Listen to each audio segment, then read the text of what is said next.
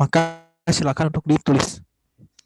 Dan insya Allah nanti materinya akan saya share di grup ya. Insya Allah akan saya share di grup. Dan malam hari ini adalah malam terakhir Zoom untuk pelatihan online komplementer angkatan 12. Insya Allah kedepannya kita akan terus mengagendakan Zoominar. Insya Allah kita sesuaikan waktunya. Kita akan terus mengagendakan dan akan terus saling mengupgrade ilmu dan saling mengkoreksi seperti itu. Jadi saling bertukar ilmu. Kita sekarang insya Allah akan bahas tentang kurma. Mungkin kita sudah sering mendengar kata kurma dan insya Allah mungkin rahimakumullah juga sering mengkonsumsi kurma.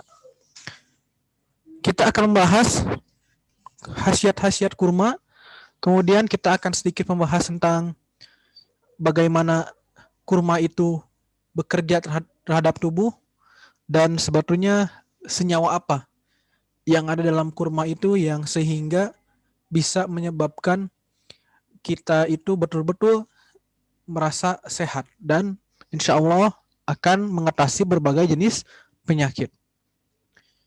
Kita masuk ke penjelasan tanda bagi orang yang berpikir. Dari buah kurma dan anggur, kamu buat minuman yang memabukkan dan yang baik. Sesungguhnya pada yang demikian itu benar-benar tanda kebesaran Allah bagi orang yang memikirkan. Quran Surah An-Nahl ayat 67. Kami turunkan dari langit air yang banyak, manfaatnya lalu kami tumbuhkan dengan air itu pohon-pohon dan biji-biji tanaman yang diketam dan pohon kurma yang tinggi-tinggi yang punyai mayang yang bersusun-susun. Nah ini akan saya jelaskan sedikit tentang morfologi pohon kurma.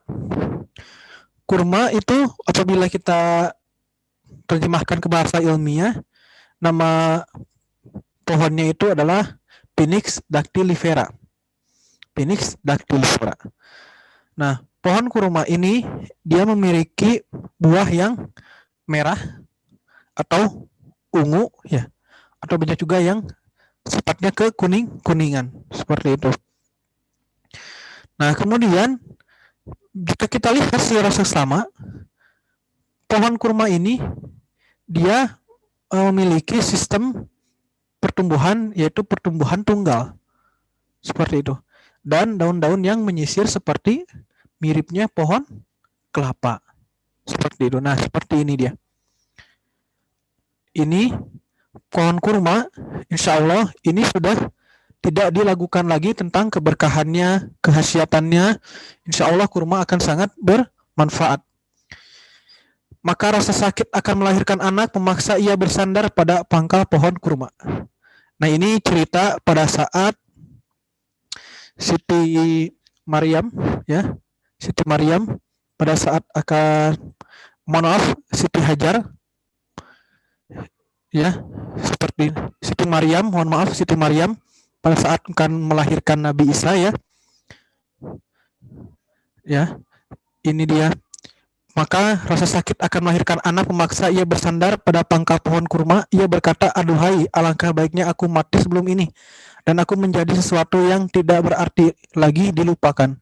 Maka Jibril menyerunya dari tempat yang rendah, janganlah kamu bersedih hati, sesungguhnya Rabbmu telah menjadikan anak sungai di bawahmu, dan goyangkanlah pohon kurma itu ke arahmu.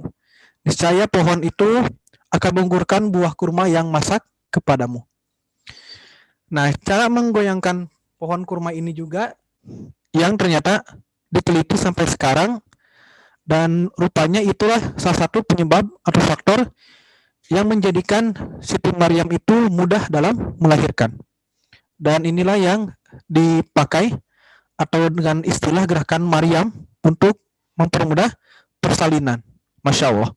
Dan untuk bukti-buktinya sudah tidak diragukan lagi. Dan kami pun di sini, alhamdulillah, pada saat ada yang persalinan, dibantu dengan Bu Bidan, istri dari Ustadz Rahmat, Masya Allah, alhamdulillah, kita melahirkan dengan normal, semuanya dilancarkan dan dipermudah, alhamdulillah, dengan gerakan Maryam ini. Maka, Nanti insya Allah kita akan share gerakannya seperti apa melalui video pembelajaran insya Allah kepada ikhwafillah rahimakumullah semuanya. Kita masuk, kurma itu adalah buah surga. Apakah ada salah seorang di antaramu yang ingin mempunyai kebun kurma dan anggur yang mengalir di bawahnya sungai-sungai? Dia mempunyai dalam kebun itu segala macam buah-buahan. Quran Surah Al-Baqarah ayat 266. Di dalam keduanya ada bermacam-macam buah-buahan dan kurma serta delima. Maka nikmat manakah yang kamu dustakan? Keutamaan kurma juga ada di sini. Allah menyebutkan pohon kurma termasuk buah-buahan di surga. Dan kenapa Rasulullah dan para sahabat ini ternyata betul-betul sangat memuliakan pohon kurma dan kemudian betul-betul sangat menyukai pohon kurma, buah kurma, dan ternyata landasan-landasan hadisnya, landasan-landasan dalil, kemudian ayat-ayat Al-Quran itu banyak yang menyebutkan tentang kurma. Allah menyebutkan pohon kurma termasuk buah-buahan di surga. Sebenarnya tadi dijelaskan. Diriwayatkan oleh Ibnu Umar, ada jenis pohon yang berkahnya seperti berkah seorang muslim. Masya Allah. Jadi keberkahannya itu mirip dengan keberkahan seorang muslim, yaitu pohon kurma. Dan barang siapa yang mengucapkan subhanallahil azim wa bihamdi, maha suci Allah yang maha agung dan segala puji baginya, pasti akan tanamkan untuknya pohon kurma di surga kelak. Maka ini bisa jadi amalan untuk sering-seringnya diucapkan setiap hari subhanallahil azim wa bihamdi. Nah, kita masuk berkahnya kurma. Berkah pohon kurma itu ada pada setiap bagian pohon tersebut. Secara konsisten sepanjang waktu, mulai dari tumbuh pertama kali hingga mengering, kurma dapat dimakan dengan berbagai macam cara. Setiap bagian pohonnya dapat dimanfaatkan hingga bijinya, buahnya untuk makanan-makanan ternak. Sabut pohonnya untuk membuat tali, temali, dan sebagainya. Bahkan pelepah-pelepahnya itu biasa digunakan untuk sebagai media tulis. Kayak gitu ya. Masya Allah. Jadi betul-betul keberkahan di dalam kurma. Kurma adalah salah satu tanaman buah khas Timur Tengah, khususnya Arab Saudi. Setelah kurma di Arab Saudi berada di kota Madinah, ya, sentralnya ini ada di kota Madinah dia. Kandungan gula dalam kurma ini yang pertama adalah yang paling besar itu adalah kandungan gula dalam kurma. Kandungan gulanya mencapai 75%. 20%-nya protein dan sekitar 3%-nya adalah lemak atau minyak. Kurma juga kaya akan garam mineral dan garam mineral alkali seperti kalsium. Makanya banyak juga pasien yang mengalami seperti osteoartritis ya, atau masalah-masalah sendi, kemudian atau bisa dikenal dengan pengapuran seperti itu, kemudian masalah-masalah osteoporosis dan yang lainnya. Kita selalu mewasilahkan insya Allah kepada pasien untuk menyarankan mengkonsumsi kurma, karena itu insya Allah akan bagus kepada penderita-penderita yang sedang mengalami masalah-masalah sendi atau pengapuran, karena itu membutuhkan kalsium yang tinggi. Kemudian buah ini pun kaya akan unsur-unsur besi dan mengandung vitamin B dan vitamin C. Ada lagi keistimewaan yang lainnya. Yang pertama, kurma tidak pernah mentransfer bakteri. Jadi kurma itu tidak pernah mentransfer bakteri dan mikroba. Tidak pernah mentransfer bakteri dan mikroba. Masya Allah. Jadi kurma itu justru dia akan menjadi penangkal segala macam bakteri-bakteri yang tidak dibutuhkan atau mikroba-mikroba yang tidak dibutuhkan. Dan bahwa ulat yang ada dalam kurma yang sudah lama itu dapat memusnahkan amuba. Dapat memusnahkan amuba dan membunuh bakteri yang mungkin menyerang kepada tubuh manusia. Masya Allah. Jadi kurma yang sudah lama itu juga bagus. Masya Allah. Jadi kurma itu tidak ada yang sia-sia. Betul-betul kurma itu membawa manfaat. Dan ternyata sari kurma pun sering digunakan untuk obat-obat yang memiliki dengan masalah-masalah kesuburan. Orang-orang yang memiliki masalah kesuburan, maka saya rekomendasikan untuk mengkonsumsi kurma. Masya Allah. Jadi silahkan konsumsi kurma untuk apabila ada pasien yang mengalami masalah-masalah kesuburan. Kita lanjut pembahasan. Ini ada jenis kurma. Nah, ada juga kurma ajwa, ya, 7 butir kurma ajwa di pagi hari, maka akan dilindungi oleh Allah dari segala macam penyakit dan sihir. Kemudian ada kurma ambar. Ini adalah jenis-jenis kurma yang paling disukai oleh Rasulullah. Dan juga ada kurma sukari. Kurma sukari ini adalah kurma yang dipercaya oleh orang Arab secara turun-temurun, dipercaya mampu meningkatkan stamina dan gairah para pria. Nah, jadi ini bisa kita rekomendasikan kepada pasien-pasien yang ada masalah-masalah atau lagi ada program-program kehamilan, maka bisa kita rekomendasikan untuk konsumsi kurma sukari. Dan mungkin ini sudah banyak pemasarannya di Indonesia juga, kurma sukari sudah banyak, insya Allah jadi mudah untuk ditemukan, seperti itu. Adapun ini penelitian tentang kurma. Kurma ternyata mengandung selulosa yang amat berguna untuk mengatur peristaltik usus, sedangkan hemiselulosa dan pektin mampu menyerap banyak air dalam usus besar, sehingga memberi bentuk pada sisa makanan yang akan dikeluarkan. Jadi kurma yang pertama, dia membantu sekali terhadap pencernaan dalam tubuh kita. Sangat baik apabila ada orang yang mengalami masalah-masalah pencernaan. Dan ternyata kurma itu dia betul-betul menyiapkan tubuh kita pada saat akan berbuka puasa itu, menyiapkan tubuh untuk mengkonsumsi makanan-makanan yang berat. Jadi pada saat berbuka puasa itu kenapa disunahkan oleh Rasulullah mengkonsumsi kurma? Ternyata kurma itu dia betul-betul seperti menyiapkan perut, menyiapkan pencernaan, menyiapkan segala-galanya yang dalam tubuh untuk mengkonsumsi makanan-makanan yang bersifat berat. Masya Allah, ternyata sunnah-sunnah dari Rasulullah begitu bermanfaat dan begitu nyata keajaibannya. Masya Allah.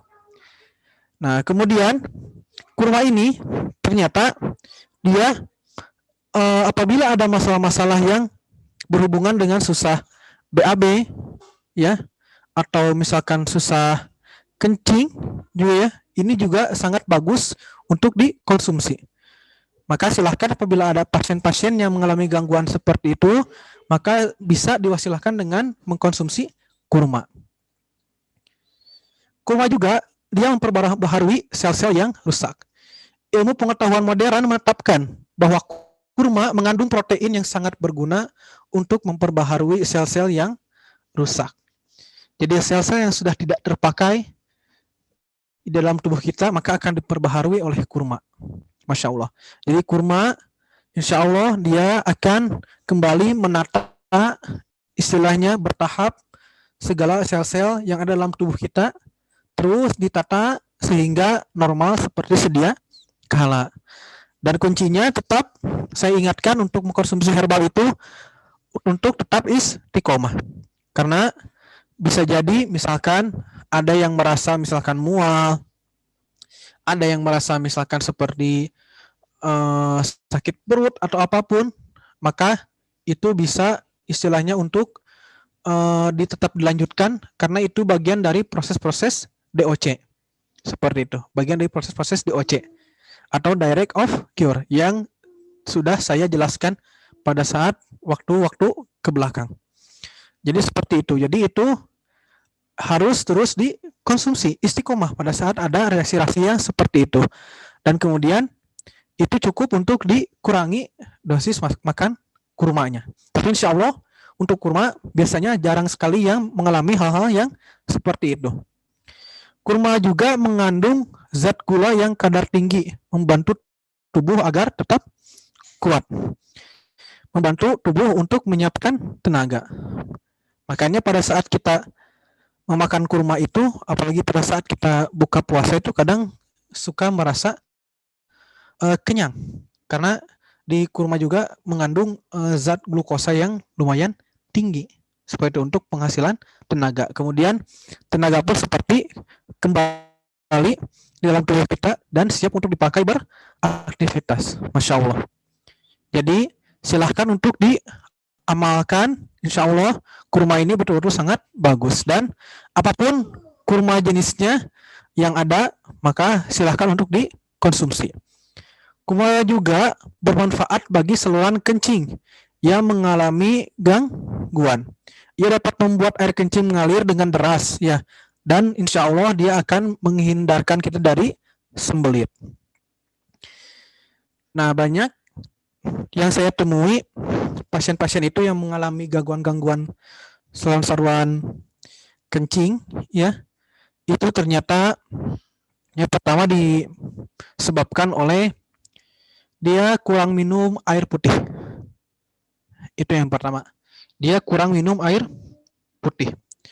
Kemudian dia juga ternyata kurangnya bergerak.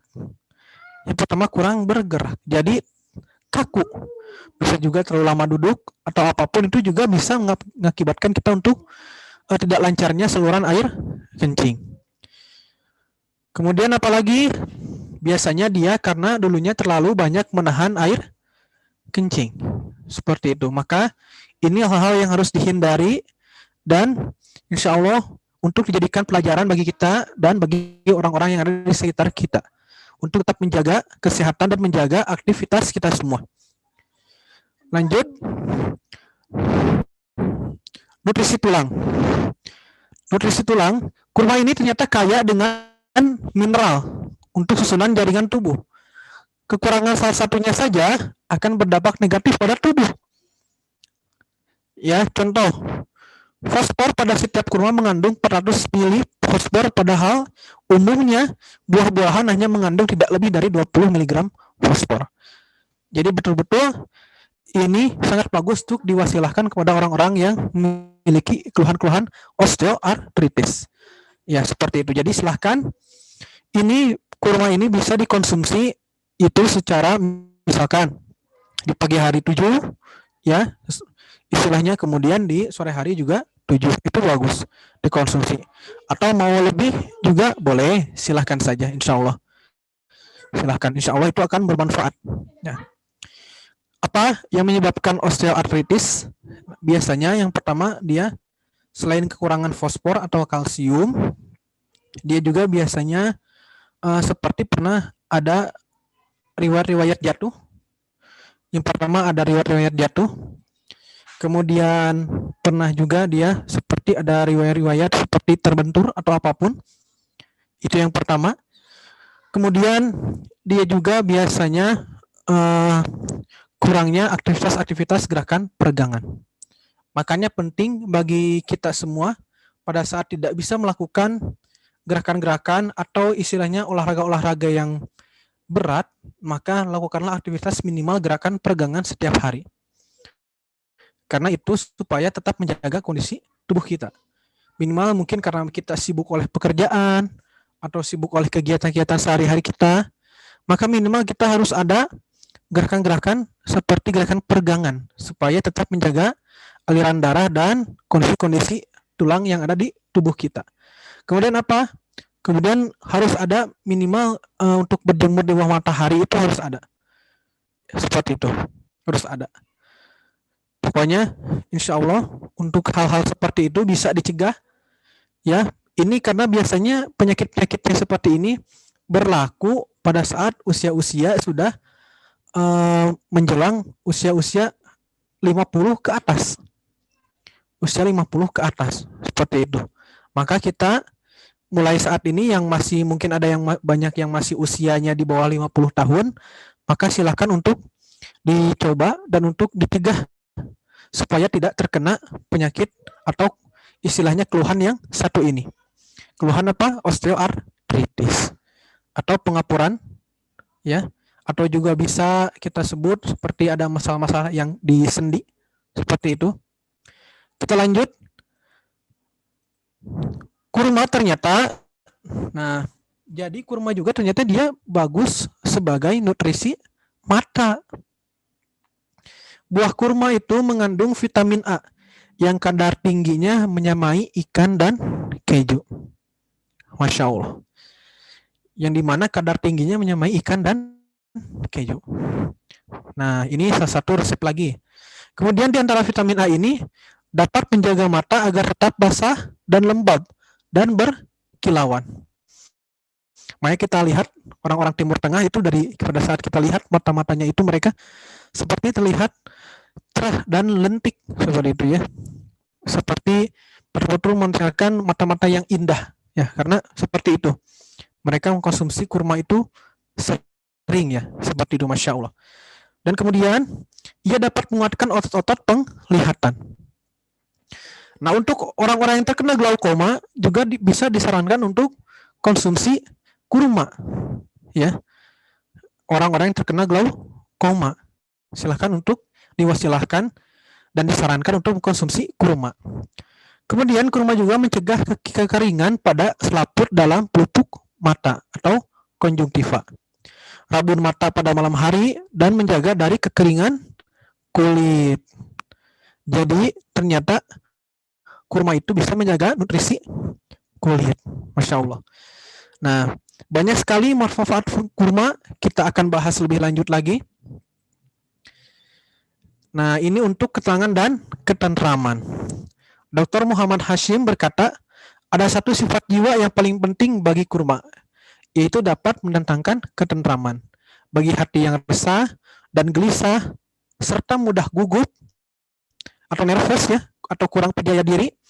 Kemudian yang diakibatkan oleh aktivitas kelenjar gondok yang membenjol di bagian depan leher ketika naik pengeluarannya. Jadi ada yang punya penyakit gondok ya, itu juga bisa diobati oleh kurma. Atau yang lebih bagusnya itu dia mencegah adanya penyakit-penyakit gondok seperti itu. Dan kemudian kurma ini selanjutnya adalah sebagai nutrisi hormon pada wanita. Di dalam kurma matang terdapat hormon yang dinamakan pitocin yang dapat menguatkan khususnya otot rahim dan mengatur disiplin kerja otot secara keseluruhan. Masya Allah. Jadi di kurma itu dia dapat menguatkan otot-otot yang ada di rahim. Dan ini banyak sekali yang mengalami masalah otot-otot di rahim. Dan apa yang menjadi penyebab utamanya? Tentu adalah panggul. Makanya apabila panggulnya sehat, maka insya Allah kakinya, badannya itu akan sehat. Tidak ada yang bermasalah. Salah satu faktor penyebab adalah panggul. Ya, maka panggul ini harus dijaga. Seperti itu. Bisa dilakukan dengan apa? Menjaga panggul itu kembali terapi-terapi pijat yang kemarin saya sharing ke grup ya. Silakan untuk dipraktekkan seperti itu. Kemudian apa? Bekam. Itu bagus. Kemudian apa? Konsumsi seperti susu kambing ya. Kurma ini saya jelaskan, zaitun atau yang lain-lainnya silahkan, Masya Allah. Ketika hormon ini bekerja pada waktu bersamaan, juga melayani kebutuhan tubuh manusia, ia dapat memperlebar ketika akan melahirkan dan mengecilkannya saatlah melahirkan. Masya Allah. Jadi betul-betul dibuat fungsi-fungsi otot-otot yang ada di rahim itu dibuat secara optimal. Betul-betul dibuat secara optimal oleh kurma ini. Masya Allah. Hormon ini juga memiliki kekhususan pada dehidrasi setelah melahirkan dan mencegah pendarahan atau demam saat nifas. Jadi bagi Anda, para wanita, misalkan yang akan melahirkan atau ada tetangganya akan melahirkan, maka bisa diresepkan kurma supaya tidak terlalu repot pada saat pasca melahirkan. Seperti itu. Nah, kandungan zat dalam kurma sangat membantu kontraksi rahim. tadi yang dijelaskan, dan menambah kekuatan dorongan untuk melahirkan. Tenaga semakin ada, Masya Allah. Kemudian, zat ini juga serupa dengan hormon oksitosin yang dapat menstabilkan kelenjar pituitari atau kelenjar di bawah otak, sekaligus mencegah pendarahan. Jadi, inilah kurma ini ternyata dia dapat menjaga kesehatan rahim dan tentunya juga dapat menjaga kesehatan bayi yang ada masih dalam rahim atau dalam perut ibu. Maka silahkan kepada ibu-ibu untuk mengkonsumsi kurma. Insya Allah itu akan menjaga kembali rahimnya dan insya Allah itu akan memperkuat otot yang ada di rahim. Kemudian kurma juga mengandung zat gizi yang sangat penting bagi fungsi tubuh, terutama pada jantung dan pembuluh darah. Yaitu ada zat apa? Kalium. Fungsi mineral ini membuat denyut jantung semakin teratur, mengaktifkan kontraksi otot, serta membantu mengatur tekanan darah. Itulah sebabnya kurma menjadi sangat istimewa. Apalagi beberapa penelitian membuktikan makanan tinggi kalium dapat menurunkan risiko serangan stroke. Jadi, kemudian apalagi yang lebih penting, kurma itu ternyata dapat mencegah kita dari yang namanya hipertensi. Makanya jarang orang-orang Timur Tengah itu walaupun makan kambing ya banyak seperti itu ya, tapi jarang yang kena hipertensi. Karena seperti itu, kurma itu ternyata dia dapat menekan atau mencegah hipertensi. Kemudian dia juga membantu untuk tetap sistem pencernaan ini tetap lancar, membantu denyut jantung tetap normal. Masya Allah. Jadi betul-betul banyak sekali manfaat yang dimiliki oleh kurma. Lanjut kembali, sakit dan demam. Nah, selain kalium yang berguna bagi kesehatan jantung dan pembuluh darah, kurma juga mengandung salisilat. Zat ini dikenal sebagai bahan baku aspirin, ya, bahan baku aspirin sebagai obat pengurang atau menghilang rasa sakit dan demam. Maka apabila ada orang-orang yang mengalami demam, ya maka silakan untuk bisa diwasilahkan dengan kurma, mengkonsumsi kurma. Maka insya Allah itu akan kembali mengembalikan fungsi-fungsi yang ada dalam tubuh beliau. Nah, kemudian demam biasa juga, atau misalkan demam karena demam berdarah, atau misalkan para dokter sudah merekomendasikannya untuk hilang rasa sakit dan demam, maka bisa kita rekomendasikan kembali untuk mengkonsumsi kurma. Masya Allah.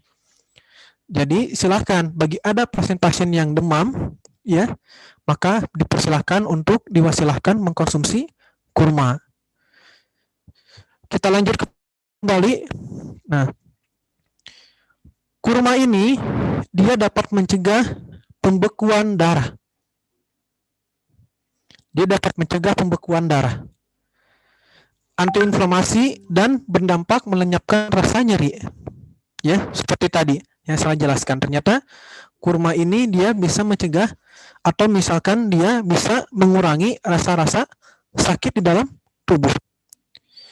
Menurut Nurfi Afriansah, staf peneliti KIE Gizi Puslitbang Gizi Bogor, salisilat juga bisa mempengaruhi prostaglandin atau kelompok asam lemak hidroksida yang merangsang kontraksi otot polos dan menurunkan tekanan darah. Seperti yang saya ingatkan di awal, ternyata kurma itu mampu untuk membantu menjaga tekanan darah tetap stabil. Masya Allah. Jadi kurma itu dia mewakilkan kepada kita untuk tetap menjaga tekanan darah. Maka kurma itu berarti sangat baik untuk dikonsumsi. Kembali seperti yang saya jelaskan, ternyata kurma itu betul-betul berkhasiat untuk menjaga kulit. Jadi mengkonsumsi kurma itu ternyata bagus untuk kulit. Masya Allah. Tiamin penting bagi sel saraf, sementara niacin menjaga fungsi normal saraf. Terhadap vitamin A dan niacin memainkan peranan dalam membentuk dan memelihara kulit yang sehat. Masya Allah. Baik, kita akan masuk kepada sesi yang kedua. Insya Allah, sesi yang kedua itu adalah sesi tanya jawab. Jadi silahkan kepada para peserta untuk menyiapkan pertanyaannya dan nanti untuk kita jawab bersama-sama dan kita insya Allah akan saling mengkoreksi. Seperti itu. Kita pindah ke sesi selanjutnya. Silahkan.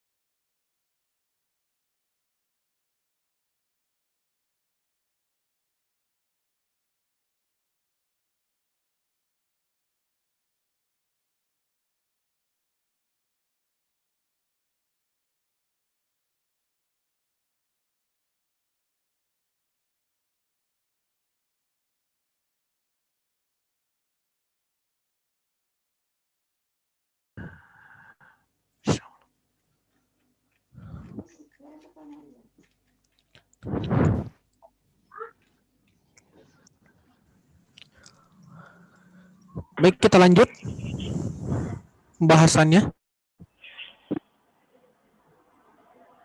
Mohon maaf, saya senyapkan suaranya untuk menjaga kondusivitas.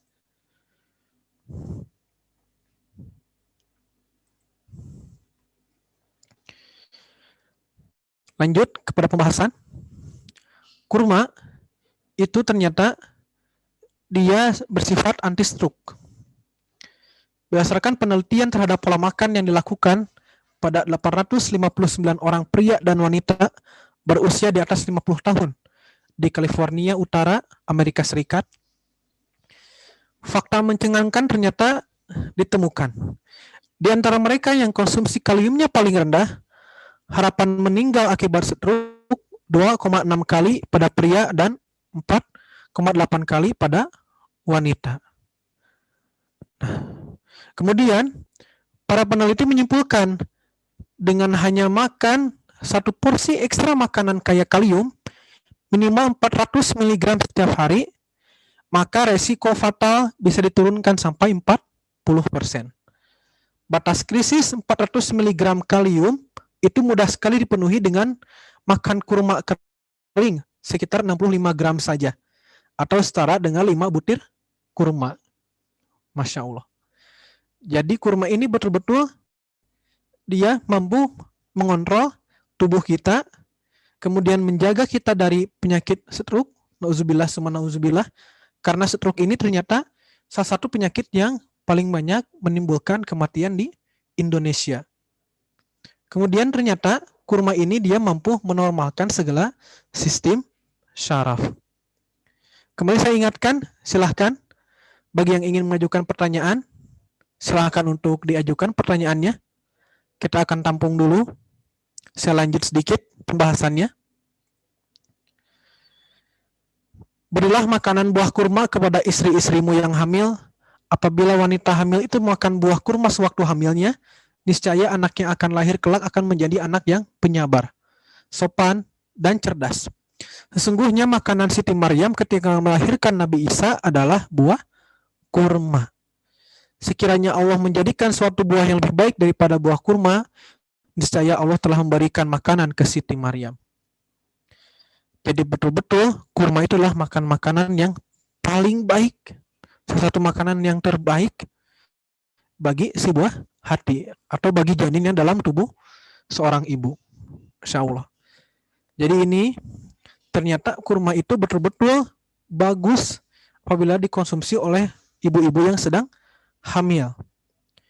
Kemudian, nah ini paling banyak untuk dipraktekkan juga, salah satu paling banyak dipraktekkan sebagai penawar racun dan gangguan sihir. Barang siapa yang mengkonsumsi 7 kurma ajwa pada pagi hari, maka pada hari itu ia tidak akan terkena racun ataupun sihir. Ini sering dilakukan pada saat metode-metode praktek ruqyah syar'iyah, sering dilakukan oleh para terapis-terapis di Nabawi untuk mengingatkan kepada pasien tetap menjaga dan mengkonsumsi kurma ajwa. Seperti itu. Mohon maaf, kembali saya senyapkan untuk menjaga kondusivitas. Adapun khasiat kurma yang lain adalah, kembali saya jelaskan, mencegah gangguan jantung dan pembuluh darah, menghilangkan nyeri dan antiinflamasi, mencegah pendarahan, penawar racun dan gangguan sihir, untuk tulang dan gigi, ya. Kemudian apa? Mencegah anemia, mengobati hipokalemia. Jus kurma juga membantu untuk menambahkan stamina, dan juga makan kurma itu mampu untuk membunuh cacing-cacing yang ada dalam tubuh. Kemudian untuk sakit kandung kemih, sakit perut dan usus, insya Allah kurma bisa menjadi wasilah. Dan banyak sekali seperti tadi untuk mengendalikan kelenjar gondok, menyeimbangkan asam lambung, menjaga pencernaan, menjaga mata, Masya Allah. Betul-betul kurma itu kaya akan manfaat. Alhamdulillah. Ifafilahimakumullah, kita masuk dulu kepada pertanyaan. Silahkan untuk disiapkan pertanyaannya.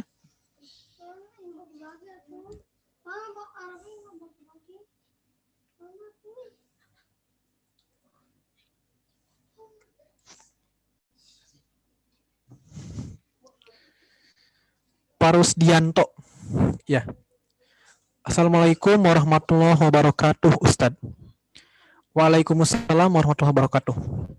Apakah aman jika hanya makan kurma setiap hari sebagai pengganti nasi? Nah, ini pertanyaan yang menarik, Masya Allah. Saya akan jawab dan mohon untuk disimak kepada semuanya. Kurma itu, kembali saya jelaskan, dia sangat baik sebagai pengganti nasi. Ya.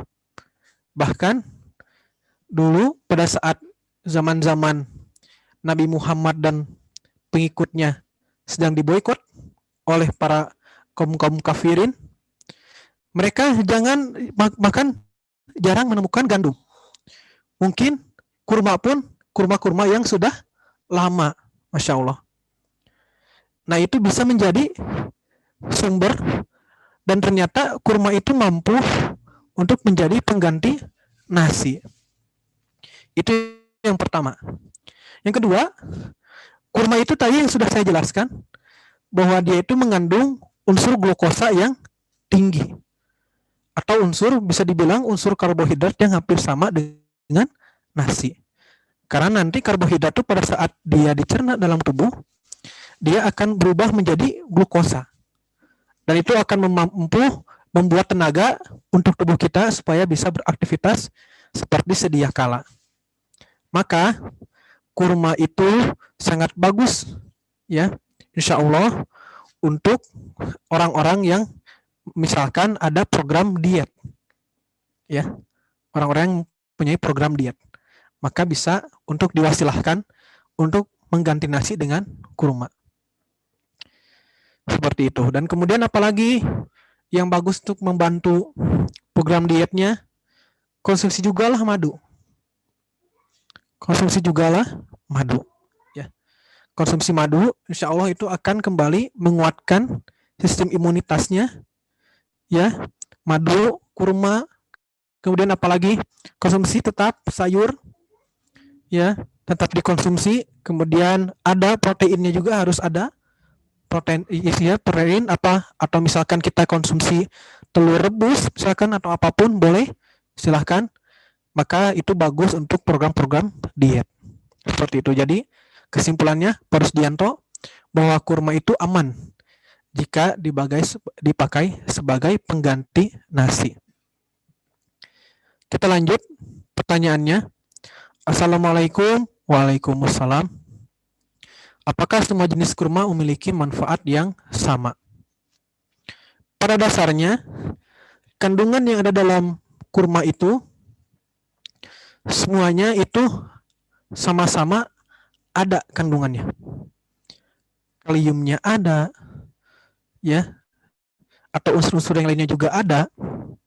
Namun ada beberapa kurma yang istilahnya diberikan karunia oleh Allah untuk ditekankan sebagai khasiatnya misalkan sebagai ini.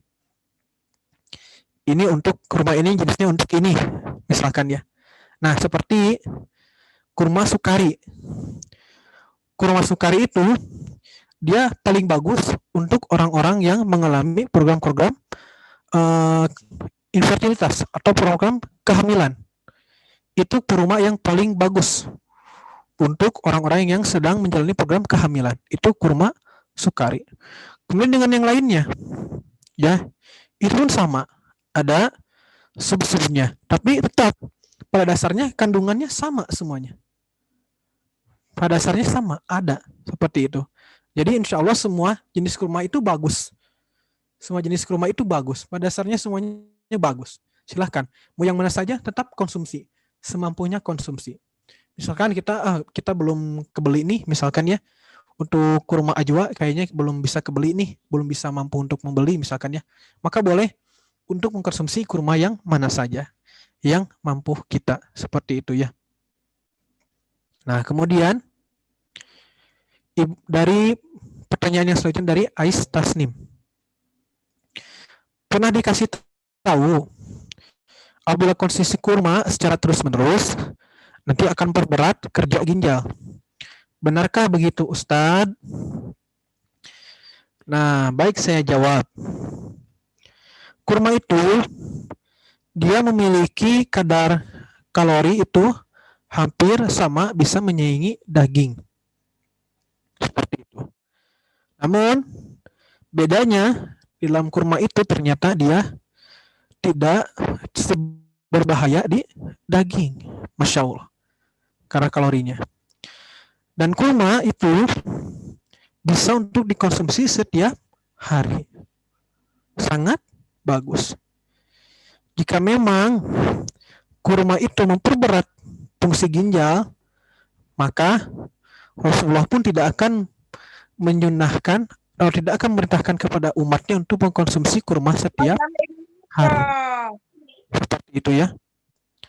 Nah, kurma itu bagus untuk dikonsumsi setiap hari. Jadi silahkan untuk dikonsumsi setiap hari kurma itu. Dan apakah nanti akan memperkerat kerja ginjal? Maka berarti dibarengi juga lah dengan minum air putih yang banyak. Kemudian apa? Olahraga yang teratur. Jadi semuanya tetap seimbang. Dan ingat dosis kurmanya 7 ya. 7 pagi insya Allah dan kemudian 7 sore. Insya Allah itu akan benar.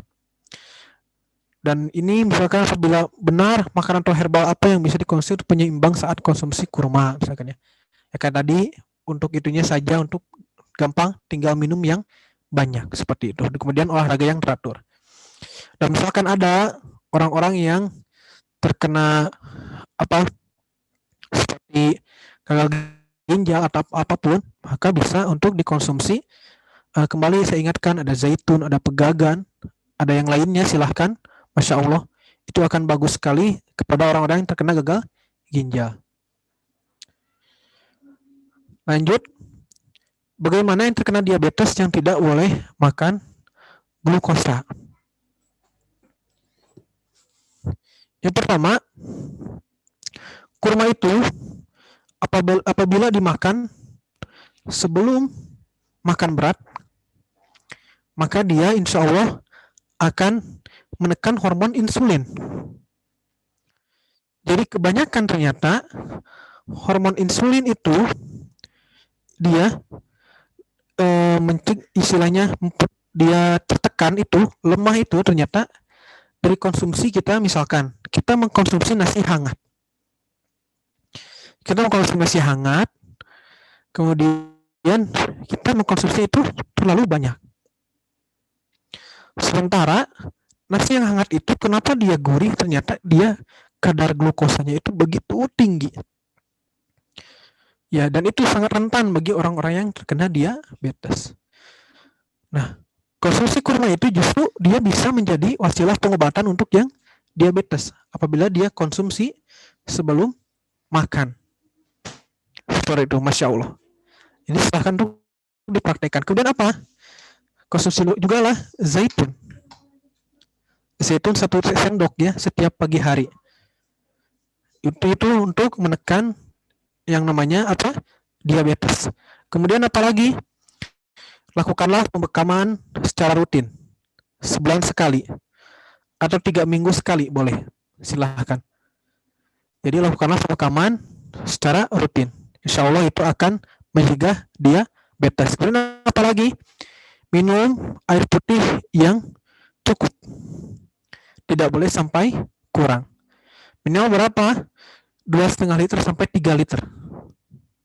Itu paling bagus. Seperti itu ya. Lanjut. Assalamualaikum Ustadz. Waalaikumsalam warahmatullahi wabarakatuh. Mau tanya, adakah kontraindikasi penyakit tertentu yang harus dihindari dalam mengkonsumsi kurma? Insya Allah tidak ada. Kurma bagus untuk semua jenis penyakit, insya Allah. Dan justru akan memudahkan terwasilahnya kesembuhan bagi semua penyakit. Insya Allah. Seperti itu. Dari Pak Agus Haryanto. Assalamualaikum Ustadz, kalau orang kena diabetes boleh konsumsi kurma? Nah, tadi yang sudah saya jelaskan ya, Pak Agus Haryanto. Bisa untuk ditangkap ya, tadi. Kemudian dari Pak Hilman Ramadan. Assalamualaikum Ustadz, waalaikumsalam. Kenapa ada orang yang kalau makan kurma jadi panas ulu hatinya? Orang tersebut punya riwayat sakit mah. Nah, kembali. Herbal itu dia ada yang namanya proses DOC, direct of cure. Jangan salahkan kurmanya. Pada saat dia terjadi hal seperti itu berarti ada istilahnya hal-hal yang salah dari pencernaannya. Maka tipsnya tetap lanjutkan makan kurma. Tetap lanjutkan makan kurma, tapi agak dikurangi daya konsumsinya. Kemudian apa? Dibarengi dengan ditemani dengan madu. Ditemani dengan madu. Silahkan. Konsumsi kurma dan ditemani dengan madu. Itu insya Allah akan kembali menetralkan semua sakit. Ya. Jadi kurma, madu itu adalah obat untuk yang punya sakit mah. Itu obat ya. Kemudian apalagi? Bisa pakai kunyit. Nah, bisa pakai kunyit. Silahkan. Itu lanjut. Kita konsumsi misalkan ya madu dengan parutan kunyit itu perasan kunyit ya dicampurkan dengan madu insya Allah dengan air hangat, kemudian konsumsi kurma sebelum makan berat itu masya Allah itu akan bagus sekali ya. Seperti itu Pak Agus Haryanto. Maaf Pak Hilman Ramadan. Dari Umi Kila, apakah ruqyah syariah wajib konsumsi kurma ajwa aliyah atau ajwa biasa pun bisa?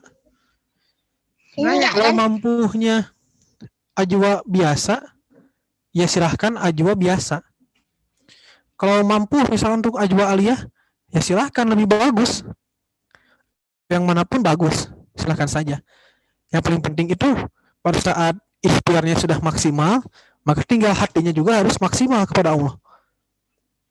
Ikhtiarnya maksimal, maka penyandaran hatinya juga harus maksimal. Nah, kebanyakan pasien di kita itu mereka ingin mendapatkan kesembuhan cepat, mereka ingin cepat-cepat sembuh, tapi lupa bagaimana dia cara menyerahkan dirinya kepada Allah. Karena ternyata yang paling penting itu persandaran hatinya dulu kepada Allah. Karena hanya Allah yang mampu menyembuhkan. Bukan pada masalah kurmanya. Bukan masalah pada madunya atau misalkan atau pada terapinya, bukan. Tapi Allah apabila sudah berkehendak diwasilahkan ke kurma, wasilahkan ke madu, wasilahkan ke terapinya, maka insya Allah bisa sembuh. Nah, kebanyakan yang terjadi di masyarakat itu, pasien itu tidak sabar. Maka kita pun berfungsi atau bertugas untuk mengingatkan pasien seperti itu supaya lebih tawakal kembali. Nah, jadi mau kurma ajwa aliyah atau ajwa biasa itu bisa, silahkan saja dengan ikhtiar yang semampu kita, semampu pasien, ya. Ikhtiarnya semampu mereka. Apabila sudah ikhtiar, maka tinggal yakinnya, insya Allah bahwa Allah akan mewasilahkan kesembuhan untuk dirinya. Seperti itu. Assalamualaikum. Bagaimana dengan kurma yang sudah ada ulat dan kutu? Apa masih bisa dikonsumsi? Nah, itu insya Allah silahkan. Kalau bisa dibersihkan terlebih dahulu dan insya Allah itu akan masih bisa untuk dikonsumsi. Dan ternyata tekanan enzim yang dalam kurma yang seperti itu ternyata dia sangat bagus untuk pencernaan. Masya Allah. Ya, jadi para pakar-pakar tibu nabawi ternyata menjelaskan bahwa kurma-kurma yang jenis seperti itu justru dia kondisi-kondisi pada saat dilarutkan dengan air atau dibuat dengan air infus ya, apabila sudah dibersihkan buat air infus itu ternyata sangat bagus untuk area-area yang masalah-masalah di pencernaan. Masya Allah. Seperti itu ya Pak Mukhlas. Kembali Pak Rusdianto, berapa maksimal kurma yang bisa dimakan per hari bagi yang program diet? Bagi orang yang punya program diet, bisa juga mengkonsumsi misalkan kurma konsumsi 5 di pagi hari, konsumsi 5 di siang hari, konsumsi 5 di sore hari. Seperti itu. Ya. Jadi konsumsi misalkan bisa kita konsumsi di pagi hari ya. Kemudian di siang hari dan sore hari itu 5 ya. Itu bagus, insya Allah akan menjaga stamina kita tetap terjaga dan sebagai pengganti nasi. Seperti itu ya Pak Rusdianto. Dan kemudian ditambah kembali, saya ingatkan, tambah dengan madu atau yang lainnya, atau sayur-sayuran, atau misalkan ikan, ya. Insya Allah itu bagus untuk program dietnya. Seperti itu ya Pak Rusdianto. Jadi silahkan untuk nanti silahkan kepada pasien. Seperti itu. Nah, itu insya Allah akan memudahkan program dietnya dengan jangka waktunya, polanya bisa 5-5-5 ya. 5-5-5, 3 kali sehari insya Allah. Kemudian lanjut kepada Pak Agus Haryanto. Assalamualaikum Ustadz, apa manfaat kurma yang hijau? Mungkin bukan kurma hijau ya, tapi kurma yang masih belum masak, yang belum masih diolahkan seperti itu.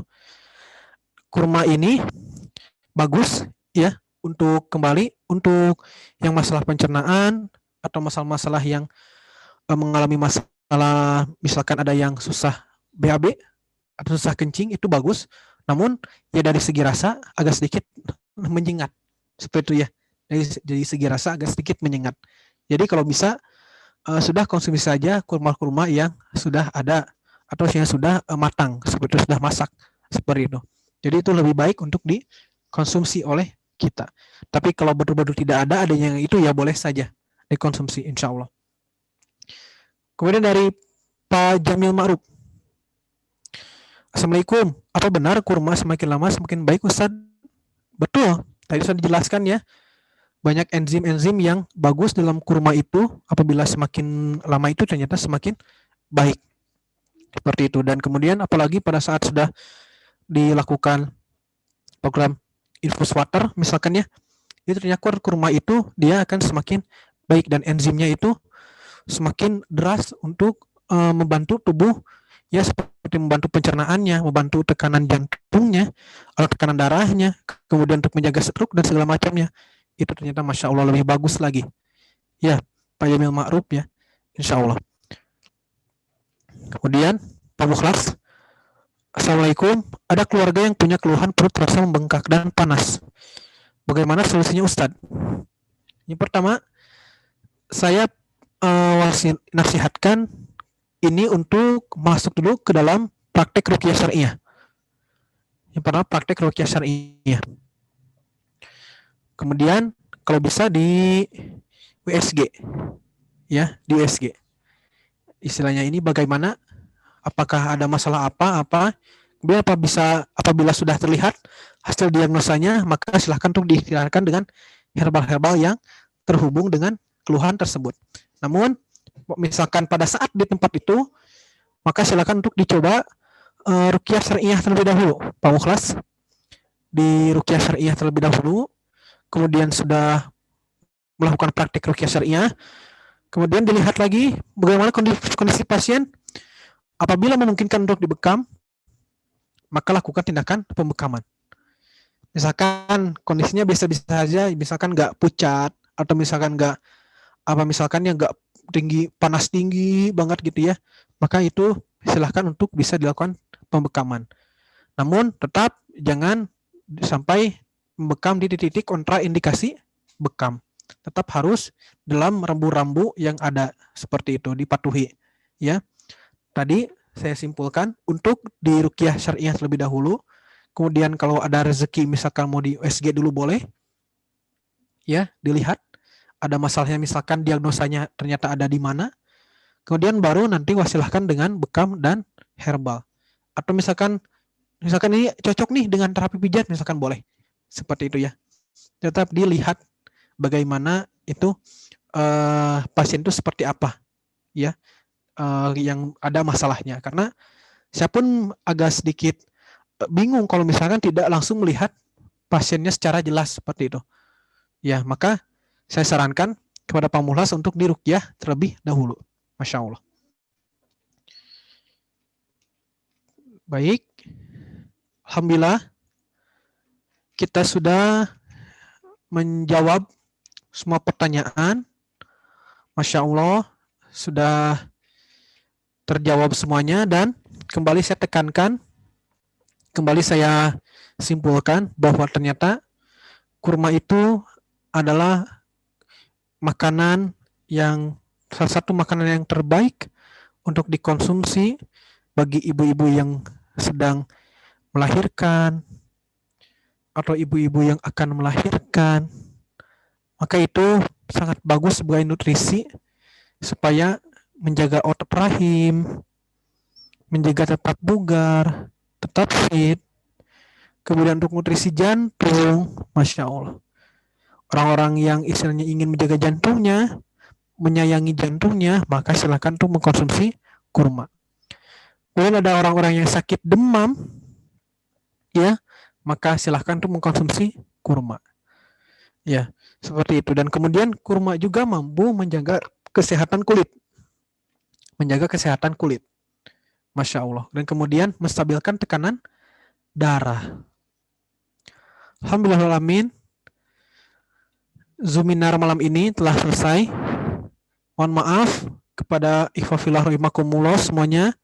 Apabila saya mempunyai banyak kesalahan, saya meminta maaf sebesar-besarnya. Dan kembali kita saling mengkoreksi, saling menasehati secara baik-baik. Insya Allah silahkan apabila ada yang perlu dikoreksi, silahkan kita saling mengkoreksi secara baik-baik. Insya Allah, dan kita tetap akan mengagendakan untuk acara Zuminar ini. Insya Allah kedepannya akan tetap diagendakan. Kita tutup pertemuan malam hari ini. Subhanakallahumma wa bihamdika asyhadu alla ilaha illa anta astaghfiruka wa atubu ilaik. Wassalamualaikum warahmatullahi wabarakatuh. Dan selamat beristirahat.